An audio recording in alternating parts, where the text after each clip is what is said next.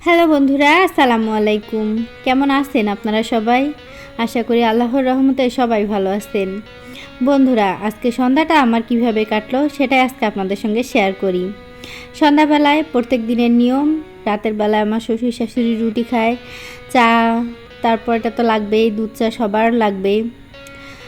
এজন্য রুটি বানায় নিচ্ছি আগে। এদিকে আমার ছেলে বলতেছে, মা আমি রুটি খাবো ডিম ভাজা দিয়ে। এদিকে ডিমও তৈরি করে নিয়েছি, কিন্তু মেজাজটা আজকে খুবই খারাপ বন্ধুরা। আজকে একটু বাজারে যাব, কিন্তু আমার কাজ একদমই তাড়াহুড়ো করে হচ্ছে না। রুটিগুলো আজকে ফুলতেছে না, রুটিগুলো আজকে আমার সঙ্গে কি করতেছে বুঝতেছি না। এদিকে রুটি বানিয়ে নিলাম, সব রুটি বানানো শেষ। এদিকে মেয়ের জন্য দুধ গরম করে নিচ্ছি।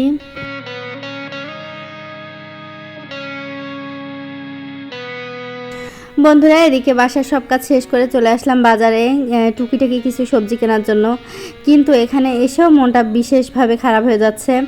এক আটি পাট শাকের দাম আমার কাছে 20 টাকা যাচ্ছে, এজন্য নিলাম না। পুঁই শাকগুলো তাজা তরতাজা, পুঁই শাক একদম তাজা তাজা ফ্রেশ ফ্রেশ, কিন্তু নিতে পারলাম না।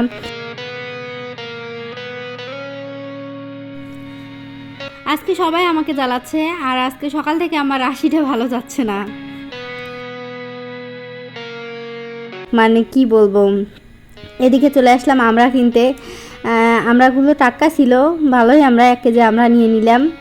আর এদিকে পেয়ারা নিলাম বন্ধুরা, কারণ আমার ছেলে পেয়ারার কথা বলতেছে 2-3 দিন ধরে। এর জন্য আগে পেয়ারা নিলাম। পেয়ারাগুলো 70 টাকা কেজি দরে আমি নিয়েছি। বন্ধুরা দেখেন পেয়ারাগুলো কি সুন্দর, তাজা তাজা একদম ফ্রেশ ফ্রেশ পেয়ারা। ভালোই অনেক মিষ্টি কিন্তু পেয়ারাগুলো। বন্ধুরা, এদিকে আমি পেয়ারাগুলো দেখে দেখে নিচ্ছি যে আসলে কোন পেয়ারাগুলো একটু বেশি পাকা। আমি একেবারে বেশি পাকা পেয়ারাগুলো নিচ্ছি না, আর এই পেয়ারাগুলো কিন্তু অনেক মিষ্টি।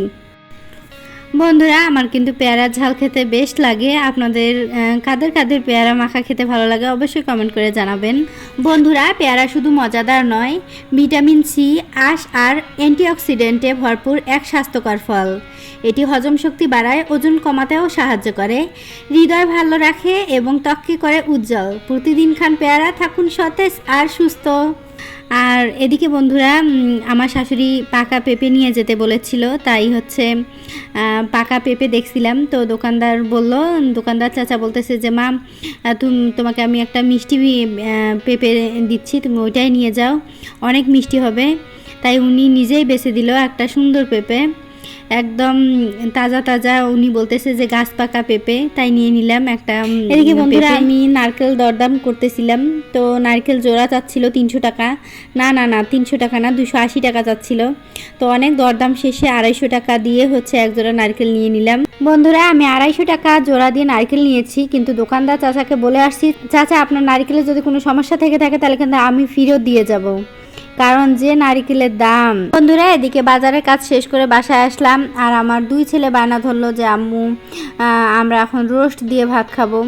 কি আর করার, ফ্রিজে মুরগি আনা ছিল, তাই বাচ্চাদেরকে রোস্ট বানাই দিচ্ছি এত রাতে। আর বাচ্চাদের সঙ্গে সঙ্গে বাচ্চাদের বাপও তাল দিচ্ছে যে বানাও, ওদের সঙ্গে সঙ্গে আমাদেরও খাওয়া হয়ে যাবে। তো দেখেন বন্ধুরা, এত রাতে রোস্ট করে নিলাম।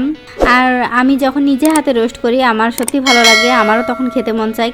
বন্ধুরা, আজকে কিন্তু আমি একেবারে একটা ঝাল ঝাল রোস্ট তৈরি করেছি, তবে একেবারে বেশি ঝাল দেইনি, কারণ আমার ছোট ছেলে ঝাল পছন্দ করে না, ওই আবার মিষ্টিটা একটু বেশি পছন্দ করে। কিন্তু আমি আজকে মিষ্টিটা কম দিয়েছি, ঝালটা একটু বেশি দিয়েছি, কিন্তু একেবারে বেশি না, হালকা করে দিয়েছি। বন্ধুরা, আজকে রান্না আর বাজারের গল্প এখানেই শেষ। আশা করি ভালো লেগেছে। ভালো লাগলে লাইক আর শেয়ার করবেন। দেখা হবে আবার নতুন ভিডিওতে রুমানার সংসারে। সে পর্যন্ত আল্লাহ হাফেজ।